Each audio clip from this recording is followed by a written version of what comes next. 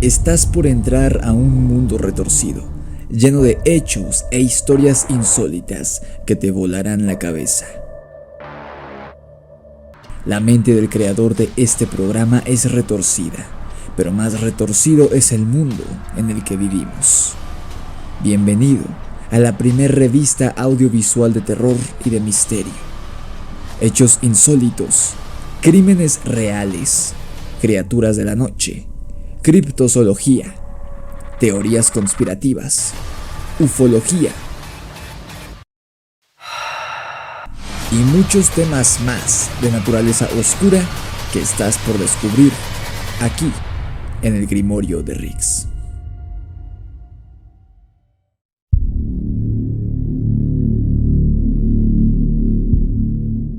¿Qué tal, hijos de la noche?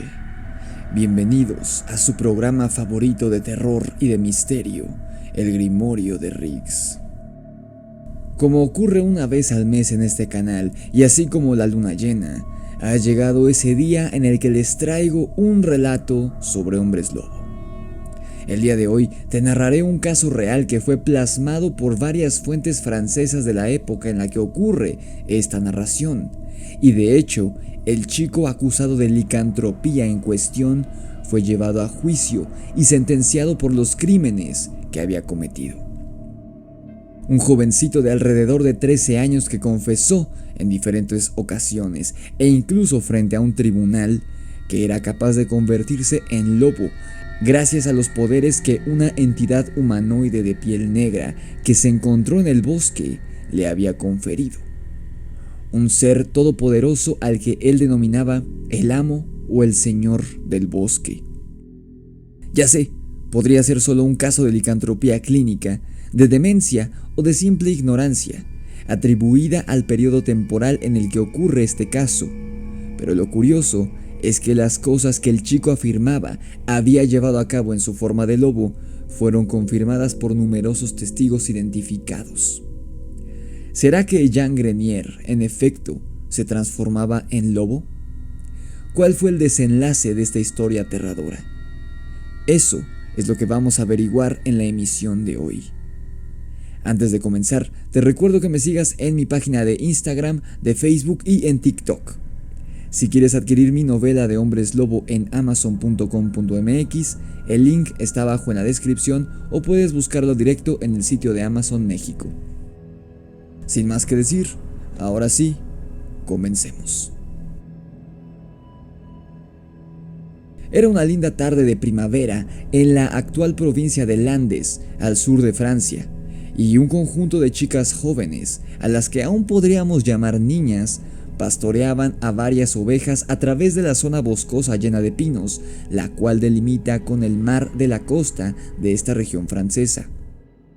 Las chicas iban charlando sobre nimiedades, mientras reían y jugueteaban, iluminadas por la cálida y reconfortante luz del sol, la cual a su vez atribuía de una belleza sin igual a las flores que ya habían comenzado a florecer en los campos verdes, después de la partida del frío y del nevado invierno.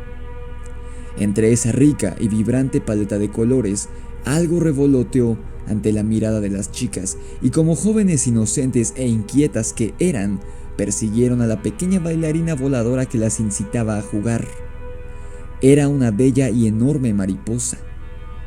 Las chicas la siguieron, brincoteando y corriendo detrás de ella, sin una intención real de atraparla. Tan solo querían aligerar la carga del trabajo que les había sido encomendada aquel día. Querían divertirse mientras trabajaban. Ya faltaba cada vez menos para que se volvieran amargadas y aburridas como sus padres, y si podían hacerlo, retrasarían aquel suceso lamentable lo más que pudieran, con actos pequeños tan simples como perseguir a una mariposa. Pero aquella pequeña mariposa, símbolo de la inocencia de las chicas, las llevaría precisamente a vivir una experiencia que les arrebataría lo poco que les quedaba de brillo infantil en sus vidas, acercándolas por primera vez a lo que es el miedo. Por seguir a esta mariposa, este grupo de chicas supo que hay cosas en este mundo que no podemos explicar y que son verdaderamente aterradoras. Las jovencitas llegaron a un claro en el bosque, en el que había una especie de depresión, un agujero poco profundo, en cuyo interior había un muchachito sentado. Un muchachito de aspecto tan peculiar como inquietante.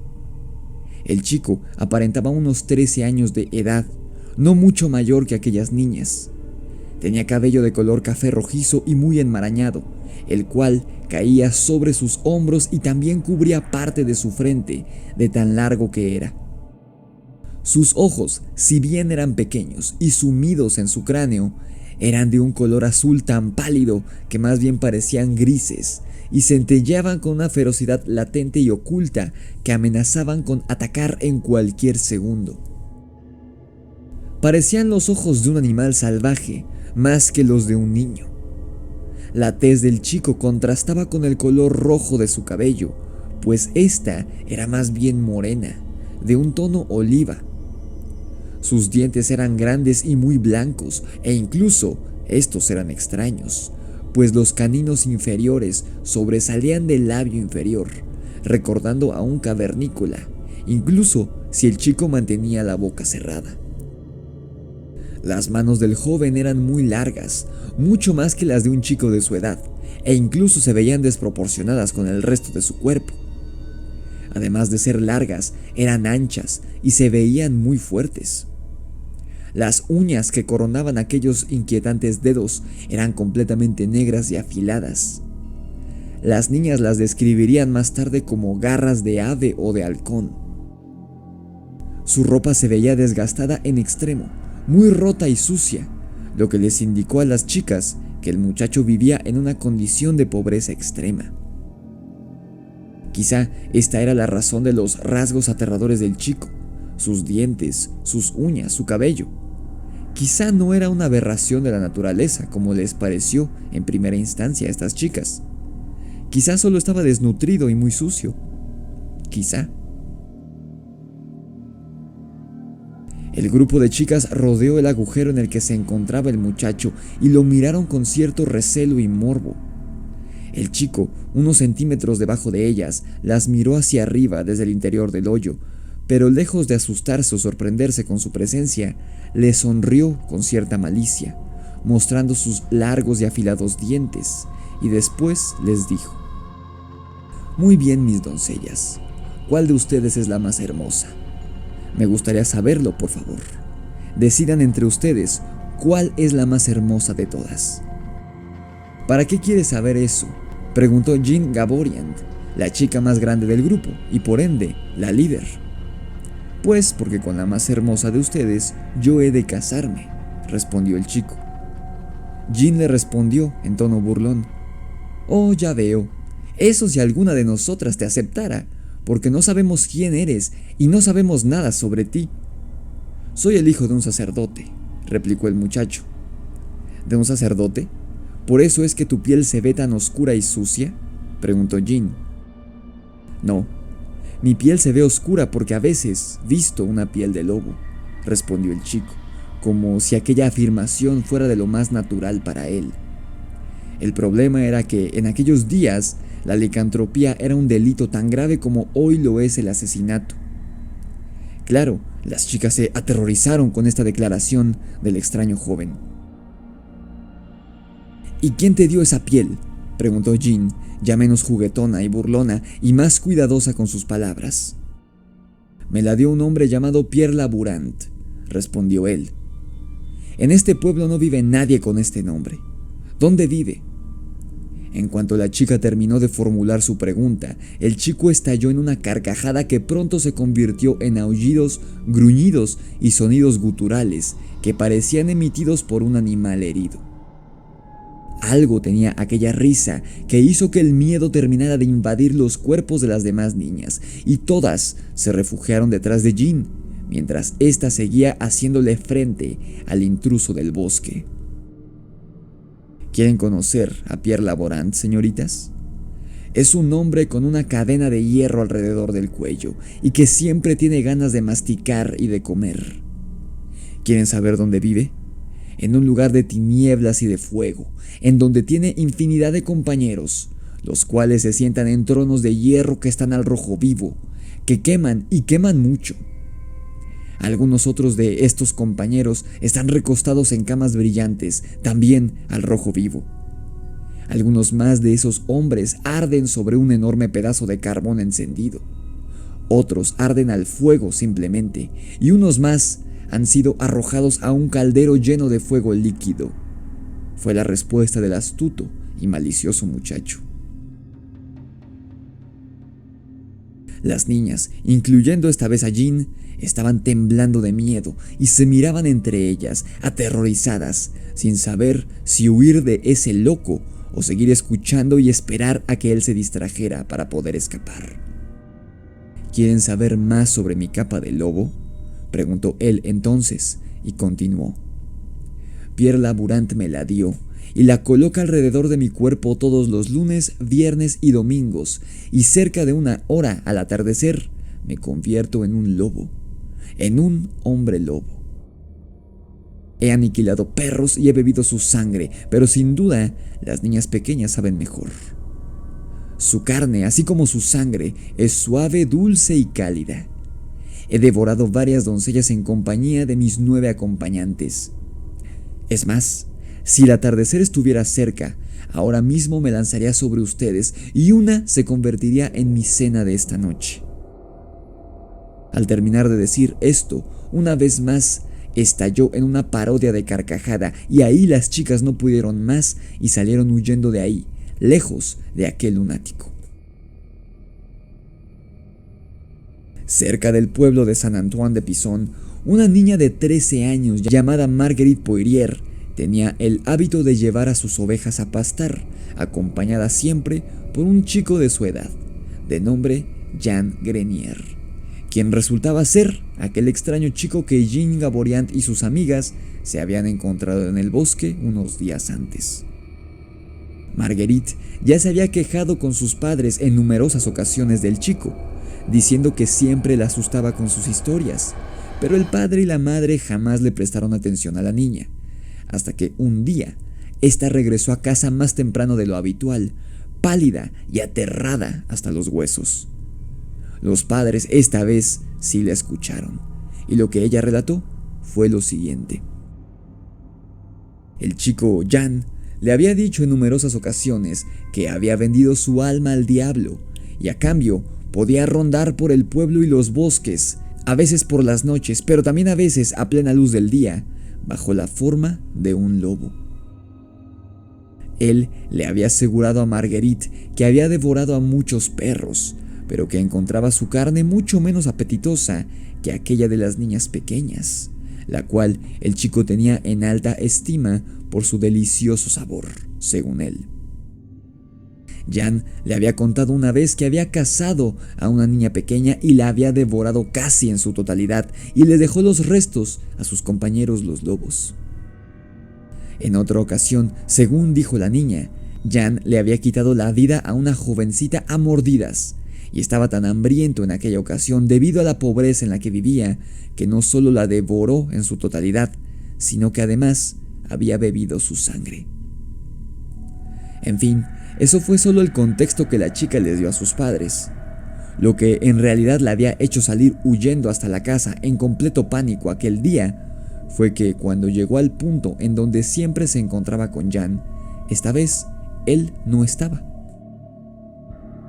Marguerite decidió entonces seguir ella sola con sus ovejas a pastar, cuando de repente escuchó ruidos en los arbustos y más temprano que tarde, un lobo se le echó encima, destrozándole la ropa del costado derecho de una sola mordida.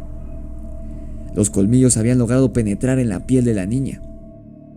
Afortunadamente, Marguerite pudo defenderse y usando su bastón de pastoreo como arma, agarró a golpes a la bestia, hasta que ésta tuvo que retroceder varios pasos. Una vez habiendo retrocedido el animal, este se sentó y se le quedó mirando fijamente a la chica, con tal rabia en sus ojos que ella se dejó invadir por el miedo más profundo que había sentido en toda su vida. Una mirada le bastó al lobo para hacer esto. La descripción de este lobo era bastante peculiar. Era mucho más pequeño y delgado que un lobo normal. de color rojizo y una cola espesa y enmarañada. Además, su cabeza era más pequeña que la de un lobo genuino, desproporcionada incluso con su cuerpo, ya de por sí famélico. La declaración de la chica creó consternación entre la población. Bien era cierto que varias niñas habían desaparecido últimamente de maneras misteriosas, pues los ataques no parecían ser hechos por un animal común y algunos cuerpos ni siquiera habían sido encontrados. Si era verdad que el chico acusado por Marguerite era el culpable de esto, los padres de las víctimas querían justicia.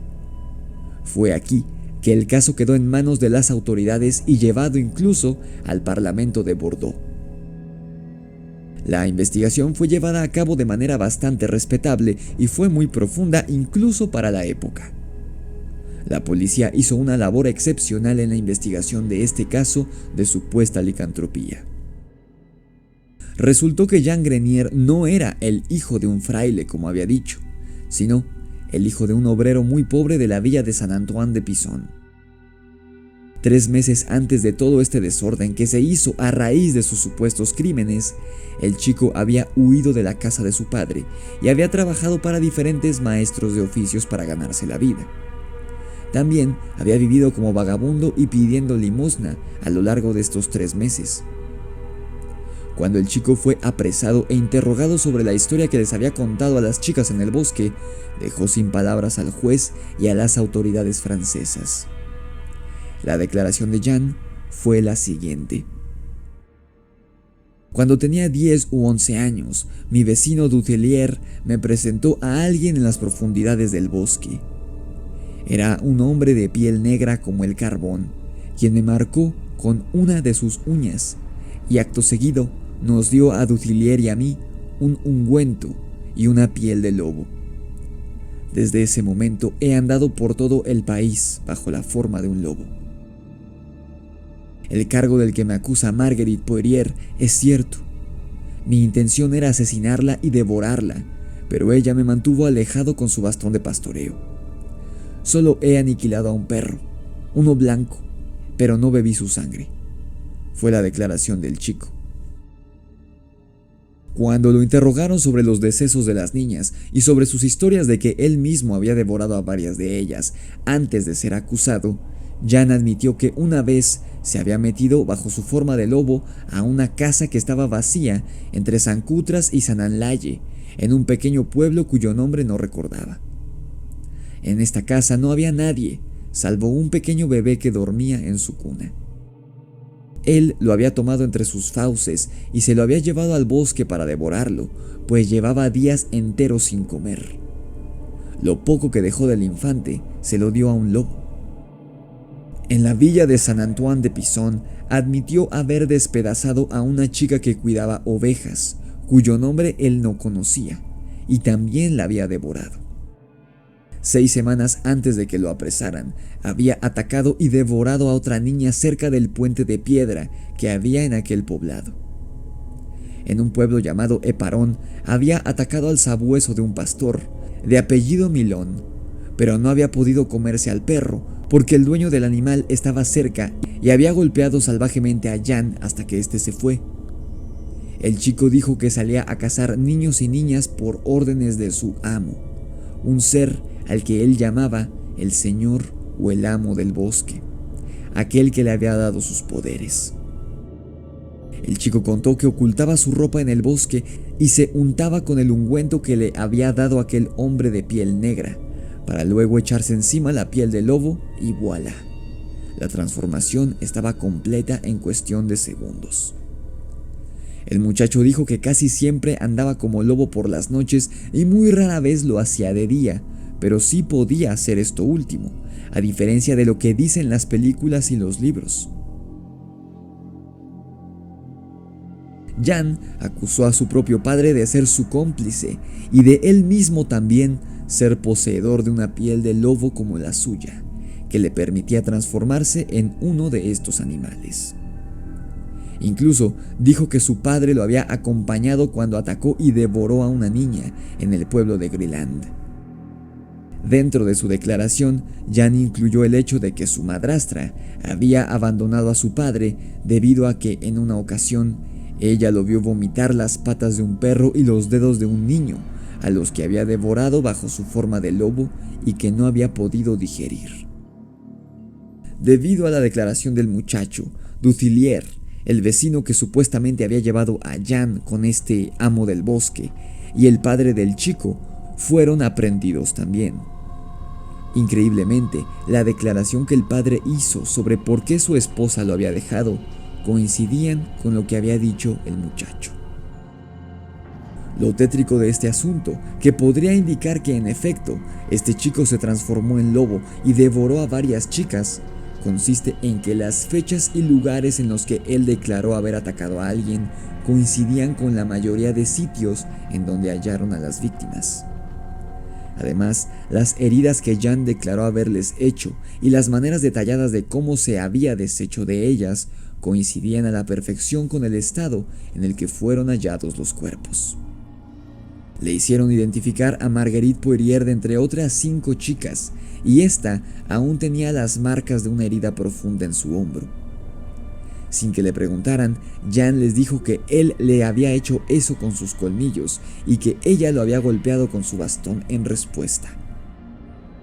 Una de las declaraciones más curiosas que hizo Jan fue una en la que narró cómo un hombre evitó que atacara a un niño pequeño, golpeándolo para que se alejara. El hombre le había dicho al lobo, después de salvar al niño, viéndolo fijamente: «Te tendré en mente». Cuando el hombre que había salvado al chico fue identificado y le preguntaron si en verdad le había dicho estas palabras al lobo, él palideció y les dijo que sí, que le había dicho eso al animal. Quizá esto podría decirnos que en efecto Jan se transformaba en un lobo y que además era completamente consciente y pensante bajo esta forma animal.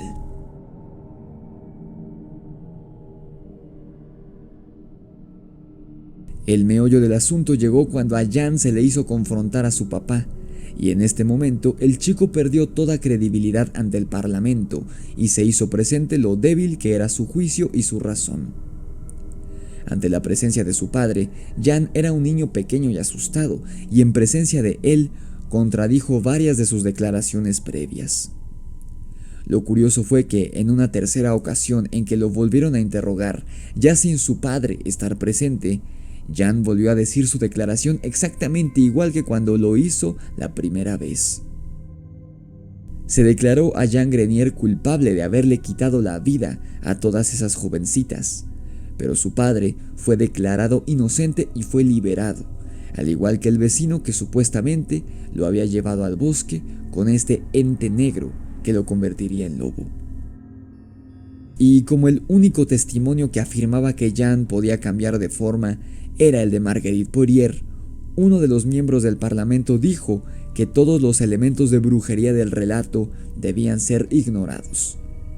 Jan Grenier fue acusado de asesinato múltiple y de canibalismo, mas no de licantropía. Ante la ley solo mentía respecto a esto, pues era un chico pobre, sin estudios, desnutrido y bastante tonto y temeroso, de hecho. Incluso fue declarado como retrasado mental por la corte y fue dejado claro que, a pesar de tener 13 años, Jan tenía la inteligencia de un niño de 7. Fue así concluido que todo lo referente a licantropía en el relato de Jan Grenier eran alucinaciones, producto de la atormentada mente del chico, y que en estas alucinaciones dementes había llevado a cabo tan atroces crímenes. Debido al retraso mental del muchacho, a su débil juicio y a su falta de educación, en vez de ser condenado a muerte, fue llevado a un monasterio en Bordeaux y ahí sería instruido bajo la cristiandad. Pero eso sí, si intentaba escapar del monasterio, el castigo que recibiría sería la muerte. Los monjes del monasterio creyeron que sería bueno tener a un pupilo joven para instruirlo en el camino de Dios, pero pronto los monjes desarrollaron un miedo y una aberración hacia él, pues era cada vez más extraño y salvaje en su comportamiento.